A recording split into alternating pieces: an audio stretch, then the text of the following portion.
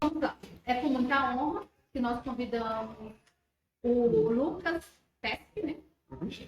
Então, o Lucas, ele joga, ele hackeia, ele constrói, ele destrói, é isso que você colocou, né?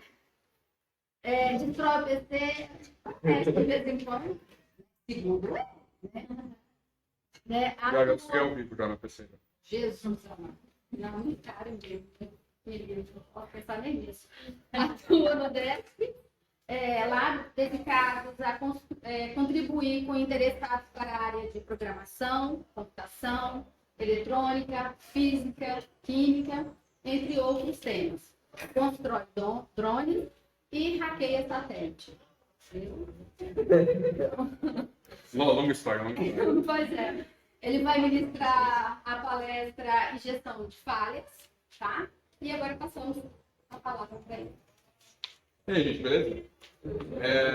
Tem uns disclaimers para passar antes. É a primeira vez que eu dou sobre esse assunto, então eu tenho o hábito de... Meus slides são péssimos, eu geralmente uso só para poder lembrar o que eu tenho que falar. E eu geralmente adapto a apresentação tipo, com o tempo que eu tenho. Então, quem me conhece sabe que eu falo demais, então eu tenho que... Eu vou tentar, tipo, correr um pouco e aí se sobrar um tempo eu vou mostrando as coisas lá. Mas se quiser perguntar alguma coisa, aqui também vai estar disponível depois. Tudo mais.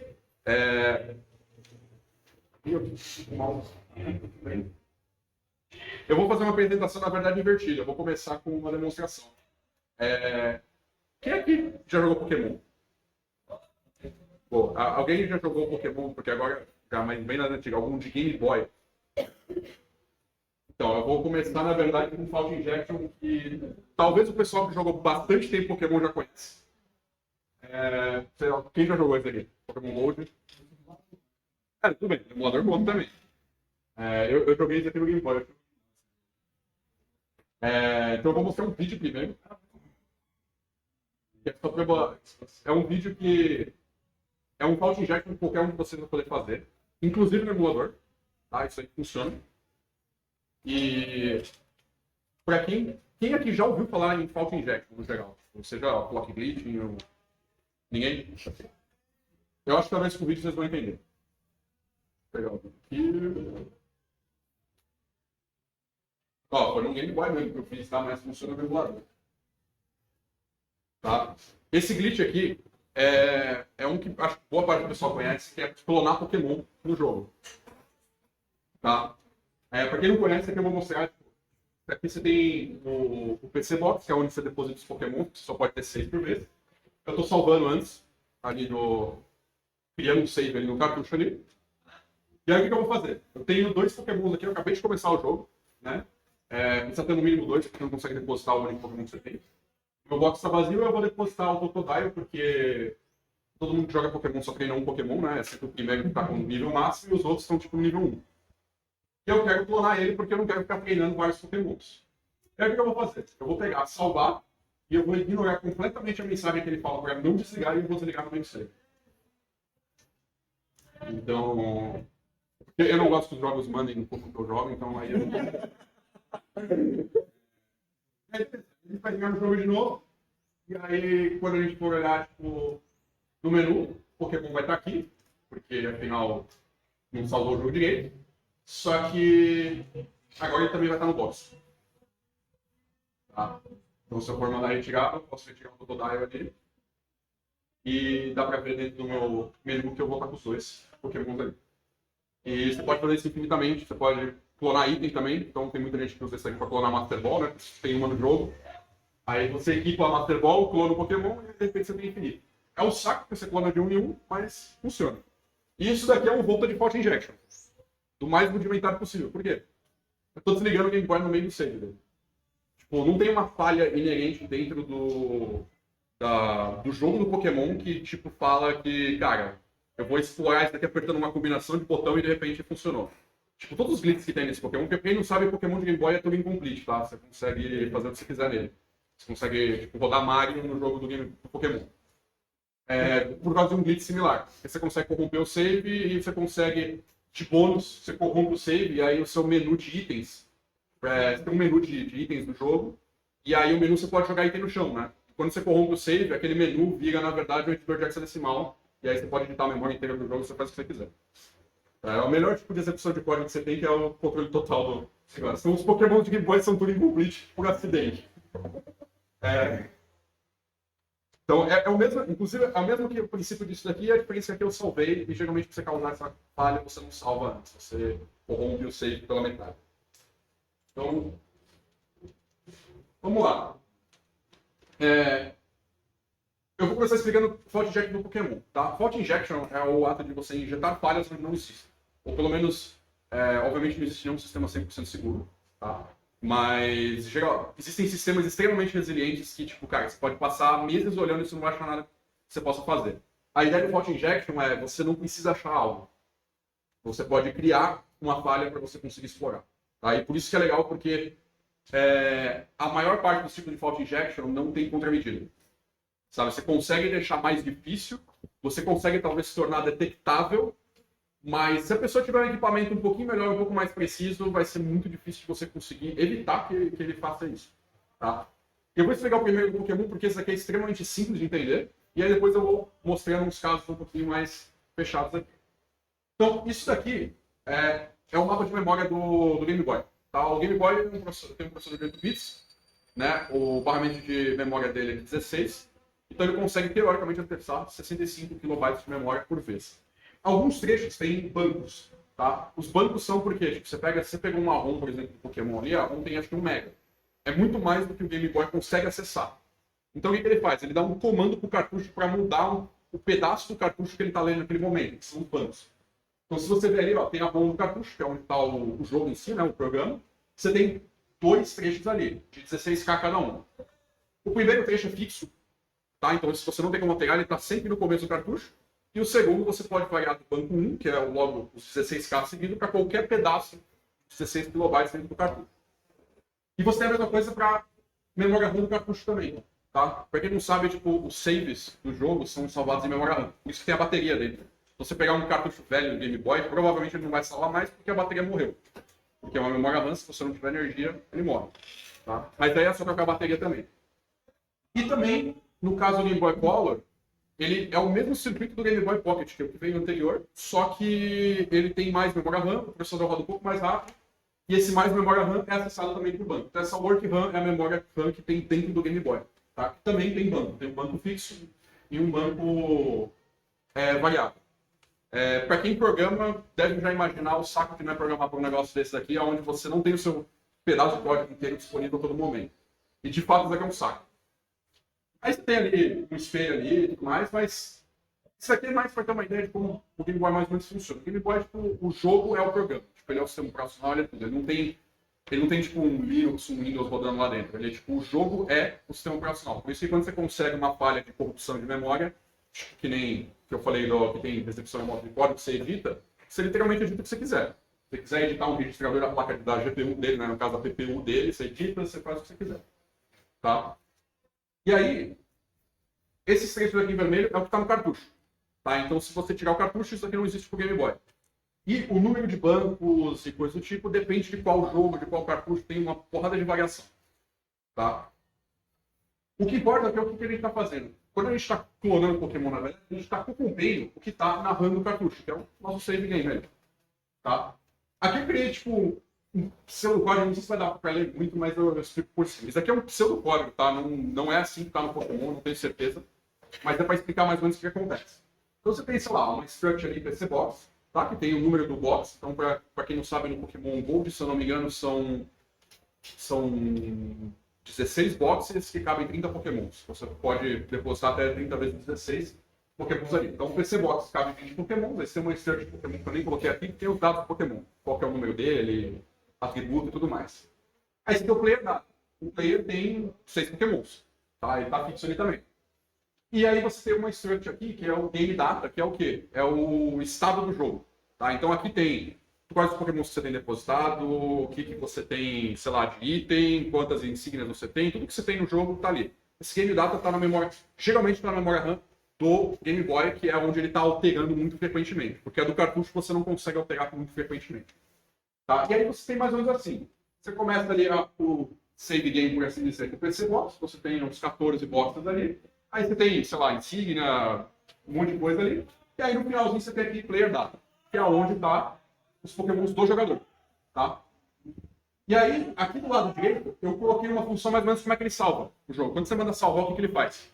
Cara, ele simplesmente vai pegar esse Game Data, que está em algum lugar da memória RAM do Game Boy, vai pegar, ativar a memória RAM do cartucho, que ele tem que ativar manualmente para poder gravar nela, e vai só copiar. Tá? Então ele interpreta como um monte de byte ali e só copia. Tá? Aí depois ele desabilita e só mostra a mensagem salvou, tá tudo sucesso.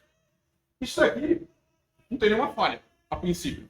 Tipo, tá fazendo uma cópia de memória, você não tá copiando nada controlável pelo usuário diretamente, e mesmo assim a gente consegue clonar um Pokémon num código que teoricamente está seguro. Obviamente o código do Game Boy não é seguro em nenhum aspecto, mas esse código aqui assim não tem nenhuma falha de design nele. Tá? E aí, o que acontece? Você tem esse trecho aqui no meio, aqui, né? O Game Boy não é um processador muito rápido. Para quem não sabe, o Game Boy Color roda 8 MHz, só que o processador leva 4 ciclos, múltiplos de 4 ciclos de clock para poder conseguir executar uma instrução. Tá? Tem instrução que leva até 24 clocks. Então, na verdade, você não tem 8 milhões de instruções por segundo, você tem 1 milhão para menos. 1 milhão de instruções pode parecer muito, mas não é tanto. Tá? Ele é relativamente lento. Ele é lento o suficiente para essa cópia de memória aqui levar em torno de 1 ou 2 segundos. Vocês podem, para quem jogou Pokémon sabe, você manda salvar, não é rápido, ele demora um tempo para salvar. Os novos, tipo, salva sem você nem ver, né? Tipo, ele vai salvando conforme você vai fazendo, os antigos ele demora um pouco para salvar. O que a gente está fazendo? A gente está simplesmente desligando depois que ele gravou o PC Box, mas antes dele gravar o Player Data. Então o que acontece? Eu corrompi a memória, só que como eu salvei antes de tentar fazer o depósito ali, eu tenho, teoricamente, uma memória perfeita ali, com todo o meu save game legítimo, e eu só estou fazendo o quê? Eu estou salvando ali a minha que é a diferença. Só que ele salva tudo sempre. Então se eu interromper ele aqui no meio, não importa onde seja, a chance de eu ter uma memória válida ainda é muito grande, porque na verdade, tipo, como a única diferença do jogo foi depositar o Pokémon lá dentro, o máximo que vai acontecer é ou eu não vou ter essa informação ou eu vou ter essa informação. Eu não vou, tipo, gerar um estado inconsistente ali que não vai causar. Na verdade, eu até gero um estado inconsistente porque na entrada do jogo, eu não sei se vocês reparam, mas ele falou que eu tinha 2 Pokémon, sendo que eu tinha 3, porque eu clonei um. Então, teoricamente, eu causei uma inconsistência ali, mas não é nada que cracha o jogo. Então, o que eu fiz? Eu desliguei exatamente quando ele estava nesse loop aqui, em algum campo aqui no meio. Tá? Tava perdido ali no meio. E aí, eu salvei o PC Box, mas eu não salvei o jogador. Então, ele preservou meu jogador antigo que estava com o Pokémon lá dentro. E também preservou o PC Box novo. E aí eu dupliquei o Pokémon. Tá? Então é bem simples de entender o que aconteceu aqui. O que eu fiz? Eu desliguei o processador no meio do caminho e ele não conseguiu executar ali. Isso daqui é um caso de Voltage Fault Injection extremamente rudimentar. Convenhamos assim, tipo, desligar não é uma opção, tipo, num processador que está rodando a 5 GHz, por exemplo. Você não vai, provavelmente você rodar tipo, Pokémon no emulador sem limite de velocidade, você vai rodar, sei lá, talvez 75 milhões de FPS, né? Porque o emulador de Game Boy roda rápido pra caramba, você não vai conseguir fazer isso daqui de resetar o emulador enquanto ele está salvando, porque não dá. É humanamente impossível. E no modo real, você não vai querer desligar. Você vai querer, sei lá, mano, eu quero pular alguns bytes aqui, mas eu quero que o jogo continue ligado. Porque você quer, sei lá, fazer um bypass de uma verificação de senha, por exemplo. Você não quer que o aplicativo crache a máquina inteira, você quer só dar o bypass na senha. Então, pro mundo real, você tem algumas outras coisas que você pode fazer. Então, como eu falei, isso aqui eu copiei da Wikipedia, porque eu acho legal, isso aqui é a definição que tem na Wikipedia, mesmo uma edição formal. A Wikipedia tem a referência pro livro que eles tiraram isso daqui. Tá? Então, Fault Injection é uma técnica de teste, tá? Que entende como os sistemas computacionais se comportam, tá? E tentar estressar ele em maneiras que eles não foram previstos para existir. Tá? Só que eu acho, cara, é meio complicado essa definição, né? Então eu tenho uma definição minha que é criar falha onde não existe. Tá? Que eu acho que é mais prático de entender. Então a fonte sou eu mesmo, tipo... Porque é isso, entendeu? É tipo você criar uma falha onde não existe. Você vai tentar entender como é que o sistema computacional foi feito para você tentar colocar ele em casos que ele não foi feito para lidar. E aí eu vou dar um exemplo. Oi? Eu vou dar um exemplo mais realista aqui. Vamos supor essa função aqui. Tá? A princípio não tem nenhuma falha nessa função. Né? Se você olhar, está usando o string comprar para a senha. Chega no fato da senha tá hardcoded na memória, se tem acesso à memória, sabe a senha. Mas, inerentemente, ele está validando a senha, ele recebe uma senha do usuário. Você poderia até falar que, tipo, em C tem vulnerabilidade, porque se a string não tiver um /0 ali no final, talvez ele vai ficar para sempre, vai crashar, enfim. Mas a comparação em si não tem nada demais ali. O que ele está fazendo? Ele está comparando a senha esperada, que está lá em cima, né, super secreta, com a senha que o usuário colocou, e ele retorna true ou falso. Se aqui der diferente de 0, quer dizer que a senha é diferente, ele retorna falso, senão ele retorna true. Tá? Aqui, não se assusta para quem nunca mexeu, isso daqui é o equivalente do assembly dele, tipo, é o código da máquina que ele gerou. Por que eu estou colocando aqui? Porque você geralmente, quando você vai querer fazer injeção de falha, você vai querer, tipo, talvez pular uma instrução ou outra. Você quer controlar granularmente o que o processador está executando e o que não está. Então aqui, isso aqui é o que o processador executa. Tá? Isso aqui é um código de x86, tá? Então Intel AMD. E aí que a gente pode ver que a gente tem aqui, destacado em vermelho aqui, o string compare, tá vendo? Ele está chamando ele. Antes ele tem algumas coisas para colocar lá no meio. E um pouco antes ele tem um printf ali. Tá? Esse printf é importante. O cara mostrando testing pattern, ele só mostrando um terminal que está testando a senha. E beleza, então ele chama ali em cima, faz um monte de coisa ali, chama o printf dos argumentos para printar, aí ele pega a senha, coloca os parâmetros para chamar a senha compare, e aí o que ele tem? Aqui embaixo ele tem um compare EAX,0. Tá? Para quem não mexeu com assembly, o resultado de uma função, pelo menos na convenção de chamada do x86, que é o Intel AMD, o computador que a gente usa geralmente, ele fica nesse registrador chamado EAX. Então, esse EAX, o que ele é? Ele é o resultado dessa chamada aqui, que é o que a gente está comparando com zero. Então, esse CMP EAX,0 é comparar o resultado da função com zero. Tá? E aí, o que ele faz? Quando você roda essa comparação, ele seta um outro registrador com o resultado, se for igual ou não. Tá?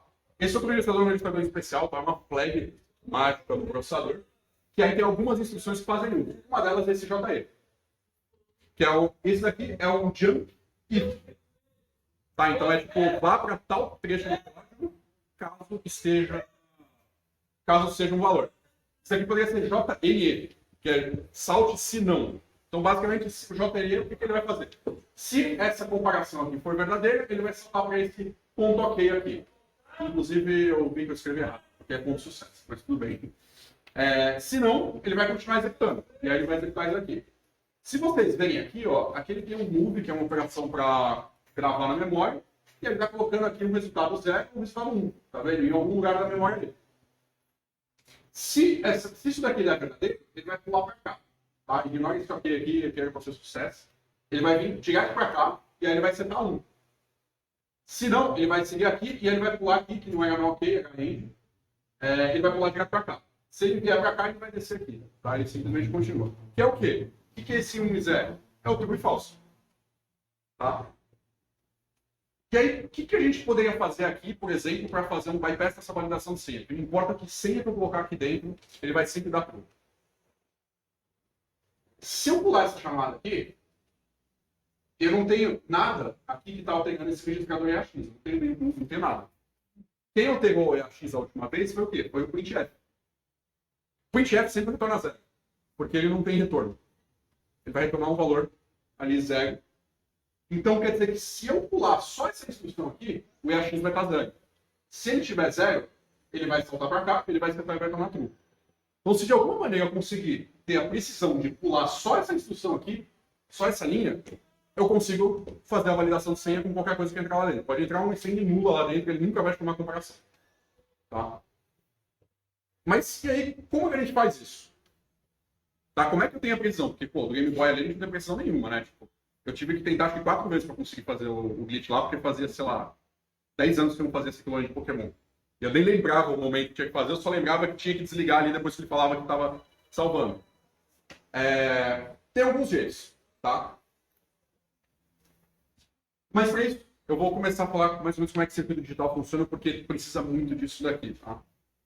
Vai ser por cima, tá? Eu não vou entrar em muito em detalhe, porque é um assunto meio pesado e tipo, não tem tanto tempo assim.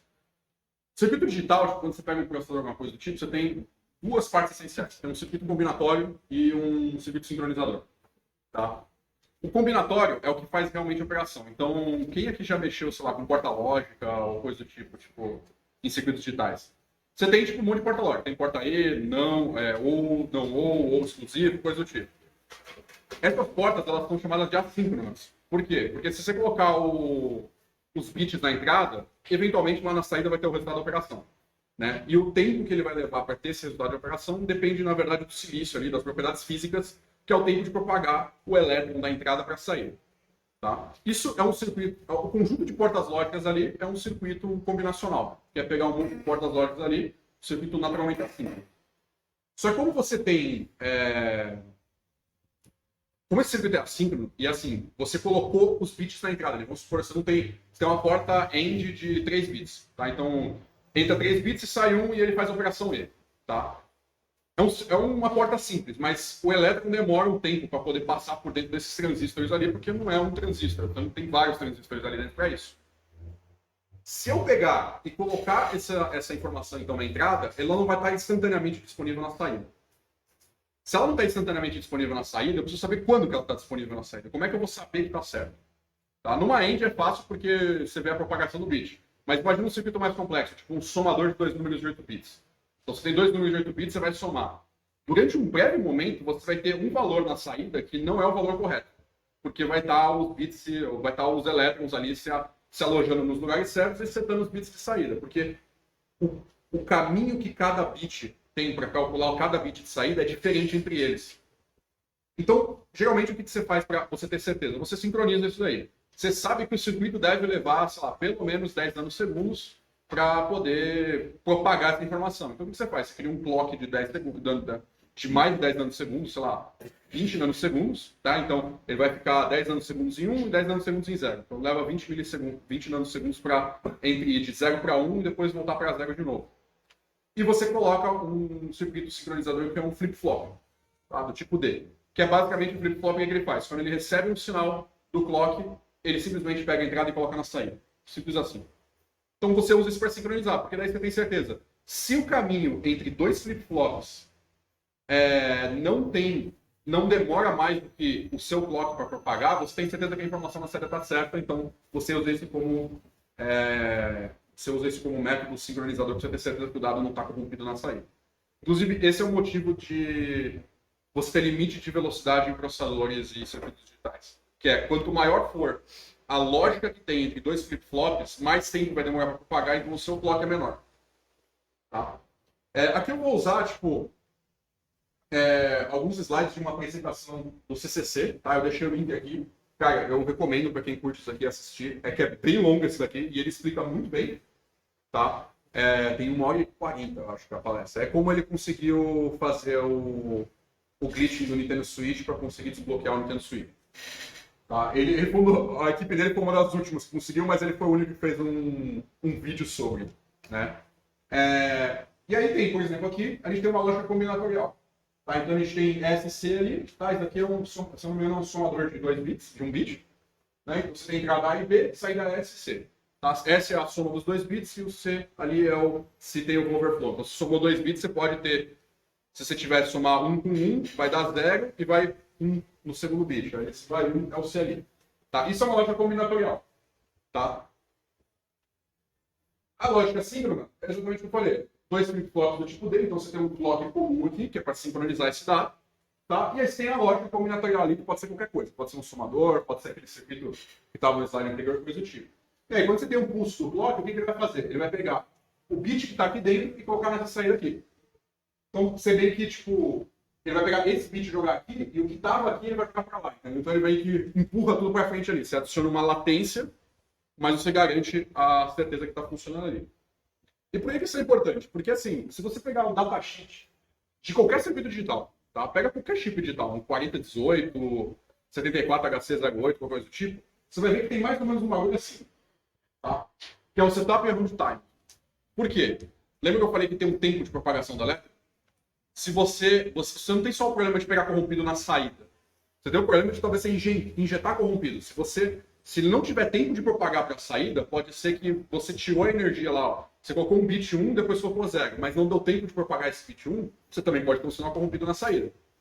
Então, geralmente, o que você tem que fazer? Você tem que pegar e deixar por um tempo suficiente para ele conseguir propagar para todo o circuito e aí não importa mais o que tem.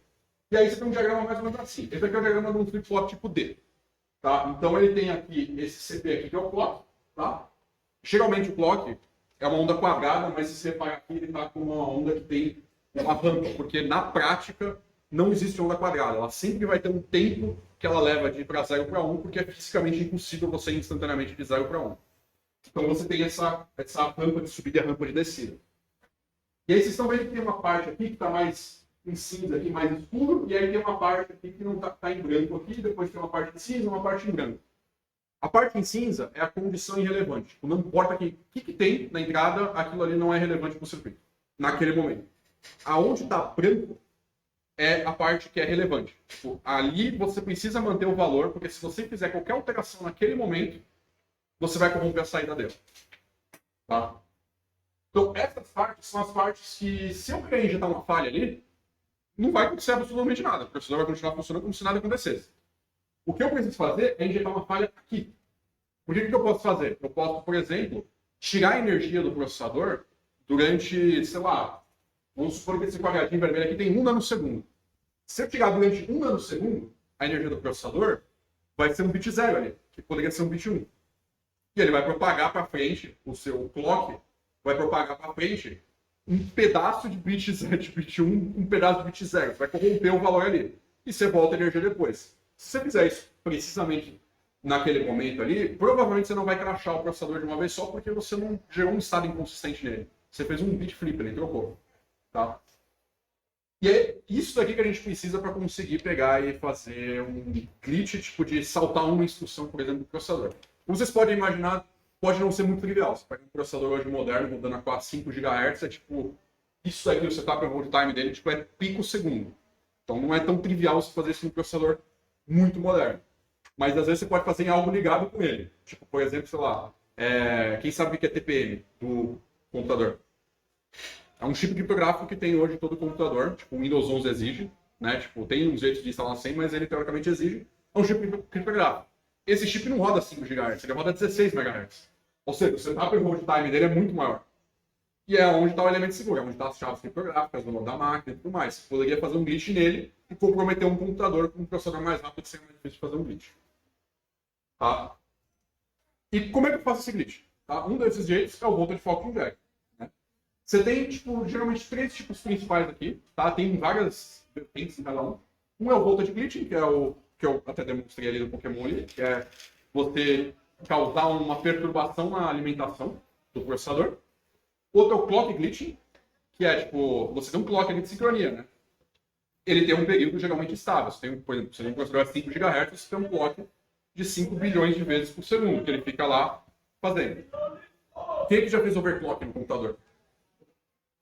Quem é que já crashou um computador fazendo overclock?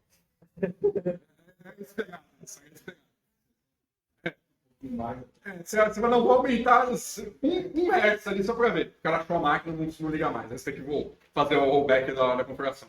Por que crasha? Porque você violou o setup e hold time do processador. Porque o que acontece? Um chip, quando você compra, ele tem a especificação do fabricante. Você sempre consegue ir além disso. Porque o setup e hold time é um caso pessimista do chip. Então por isso você consegue pegar um processador que é feito para 3 GHz e rodar ele a 4, por exemplo. Tá? Um jeito de fazer o glitch é o quê? E se eu fizesse o overclock por 2 ciclos de clock? Tipo, eu clock, sei lá, eu tenho 2 ciclos que o processador está rodando a 4 GHz e de repente eu coloco 2 ciclos a 10.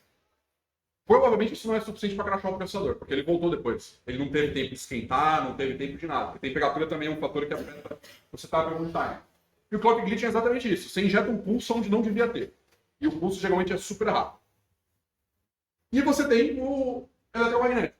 Quem nunca teve interferência, tipo, esse eu não sei porque recentemente não acontece mais, mas você tem uma caixinha de som no computador e recebe uma ligação e a caixinha de som começa a fazer barulho.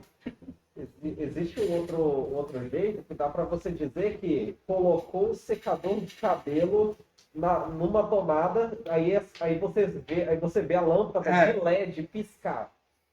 Isso é uma injeção, uma falha eletromagnética. Junto com o volta de Fault Injection.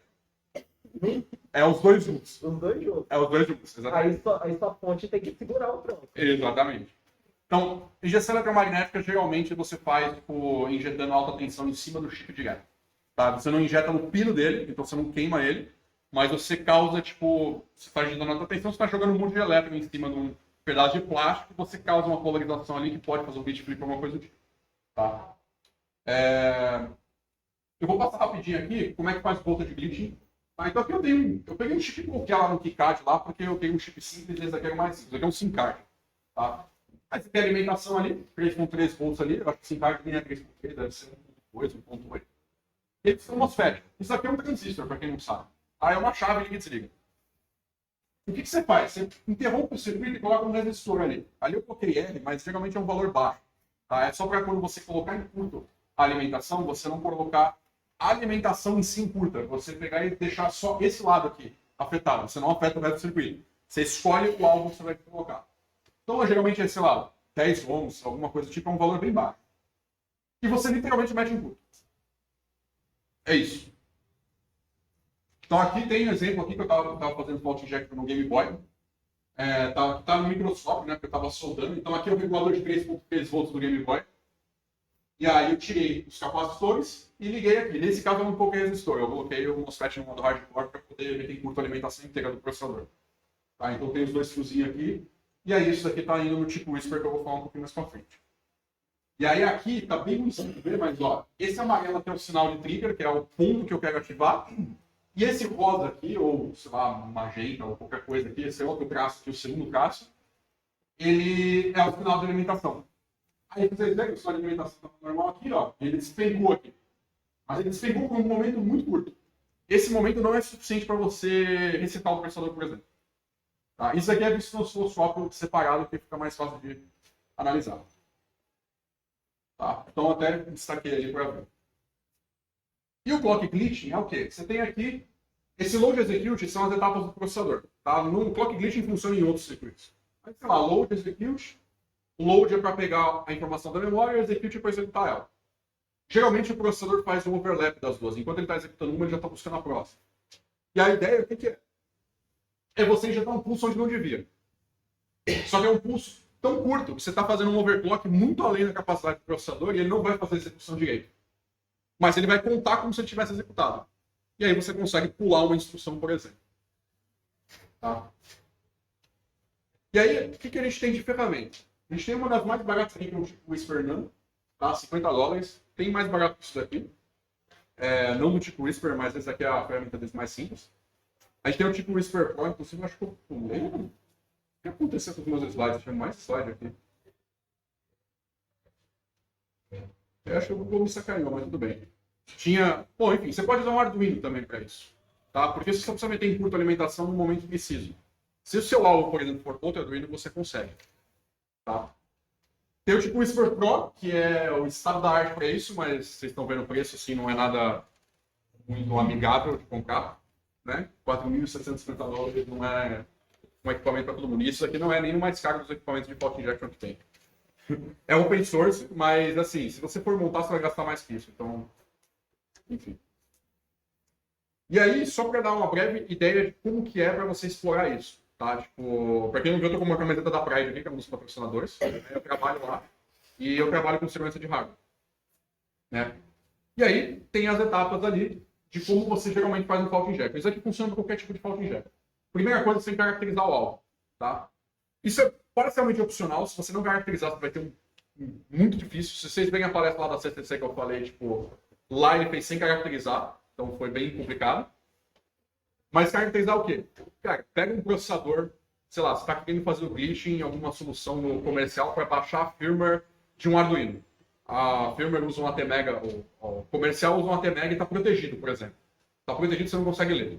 E você quer dar um bypass na proteção de leitura para você poder ler, limpar a firmware e salvar em algum lugar. Beleza.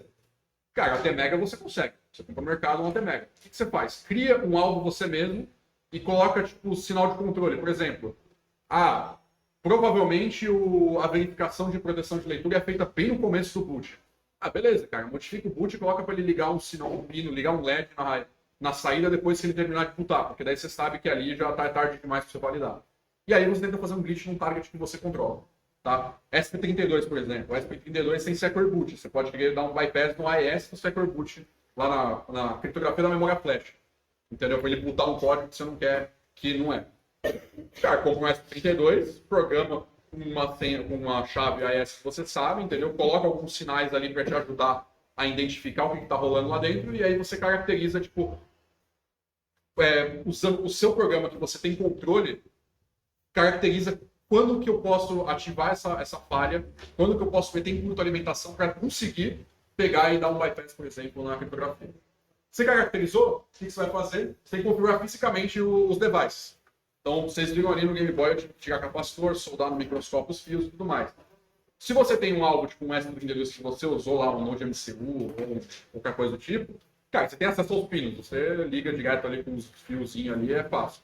Num alvo realista, talvez ele vai estar soldado numa placa, você vai precisar caçar onde está ligada a alimentação, onde está vindo o bloco, coisa do tipo, e soldar os fios.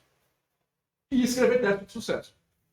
O teste de sucesso o que é? Você escrever basicamente um código em Python, que triga o glitch e valida se funcionou. Se não funcionou, ele reseta e tenta de novo com um pagamento diferente.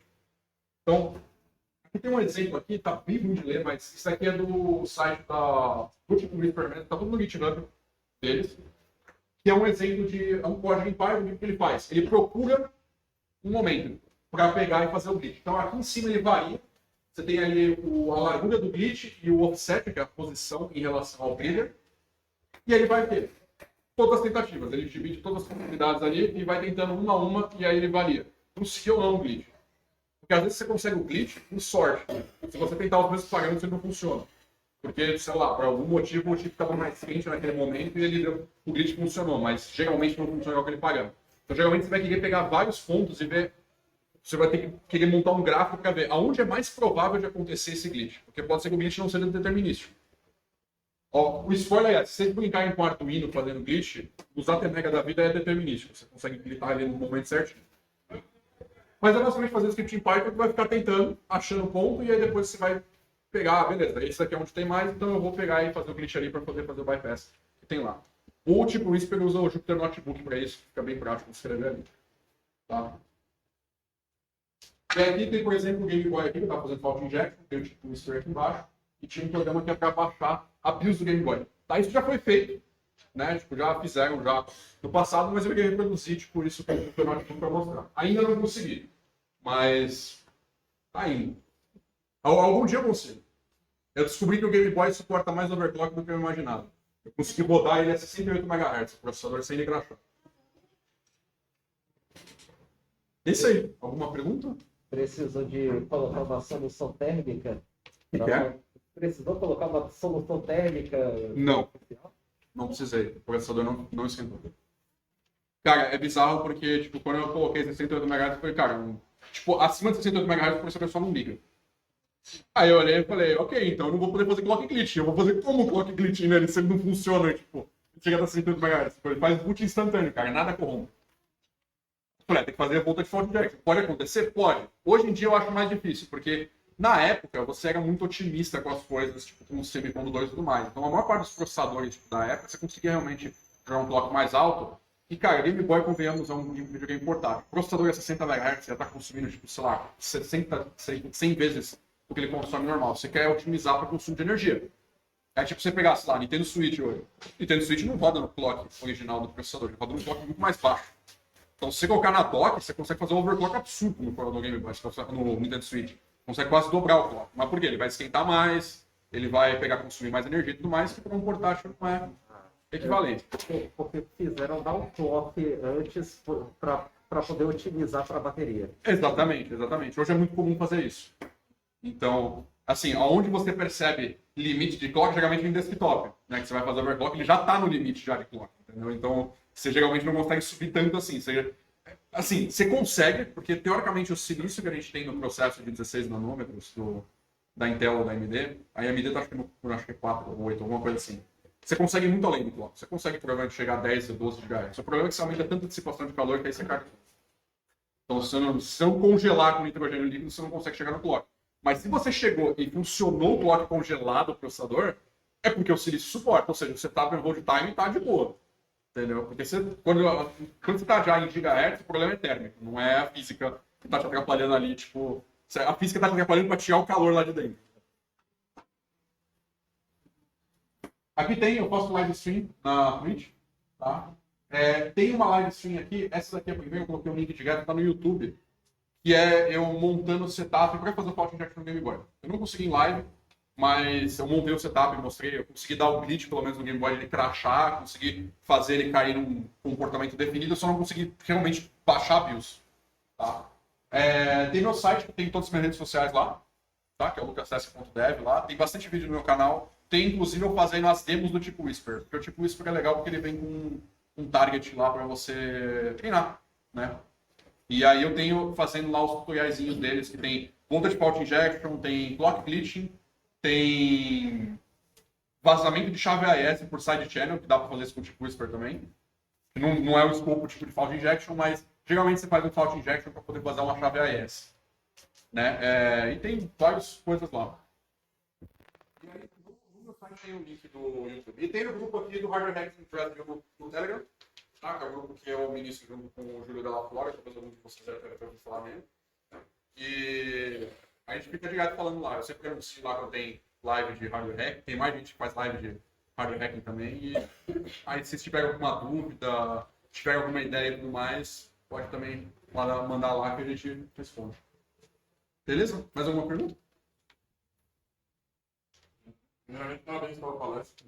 Vai ter uma palestra na Realização sobre a incidente, né? Conteúdo fantástico. Tem algum case que você possa compartilhar, caso real, sei lá, um teste físico, que é vocês Cara, então, que vocês usaram o Full Injection, por exemplo, para comprometer um controle de segurança? Cara, eu ainda não consegui. Eu, particularmente, não consegui ainda usar no caso real. Porque eu estou fazendo playtests de tipo máquina de cartão, coisa do tipo, que, cara, eles têm proteção contra fault injection, então, cara, é muito mais complicado de se fazer playtests. Então, eu ainda não consegui cair num caso assim. Mas tem um caso muito famoso que foi do Joe Ranger. E se vocês olharem o programa no YouTube, Joe Ranger Trezor, ele fez fault injection numa hard wallet, uma Trezor, que é uma wallet de criptomoeda de hardware. E, cara, é um processador seguro que roda lá. E ele conseguiu fazer o fault injection para reativar o JTAG, para poder ler a memória e pegar o PIN do negócio. Que é um cara que esqueceu o PIN e ele tinha comprado lá e ele tinha, acho que 15 milhões de dólares dentro da carteira. E ele esqueceu o PIN, se ele digitasse mais uma vez, ele ia brincar o negócio, porque se digitar 3 vezes na thread do PIN errado, ele apaga a chave. Né? E aí ele falou, cara, você consegue recuperar? E aí o Joe Rank fez isso aí, de conseguir recuperar. Ele fez duas coisas. Uma foi no Android, que é um cara que achava que tinha 6 milhões, mas no fim ele tinha 200 dólares. E o da Trezor ele realmente tinha bastante. Aí tem todo o processo lá, você vai ver que ele tipo isso aqui. É Joe Brand. Se você procurar Trezor Hacker do YouTube, você vai achar o vídeo dele. Porque ele é um hacker bem old school de hardware. Ele tá no cenário bem há muito tempo. Só que ele não esperava que isso ia ter tanta repercussão. Ele só foi chamar um amigo dele para fazer um vídeo. Vamos fazer um vídeo legalzinho, colocar lá. E o vídeo explodiu porque, cara, foi uma hard wallet, entendeu? Não é um negócio trivial. E assim, ele só conseguiu porque a versão de firmware que estava lá, naquela hard wallet, era vulnerável ao fault injection. Porque tem contramedida também. Às vezes, tipo, aquele negócio. Eu falei, vou pular o string compare aqui. Tipo, beleza. Pular uma instrução no momento certo é fácil. Agora, e se eu colocasse 3 string compare um segundo do outro? Eu valido uma vez, depois eu coloco um if dentro, coloco outro if dentro.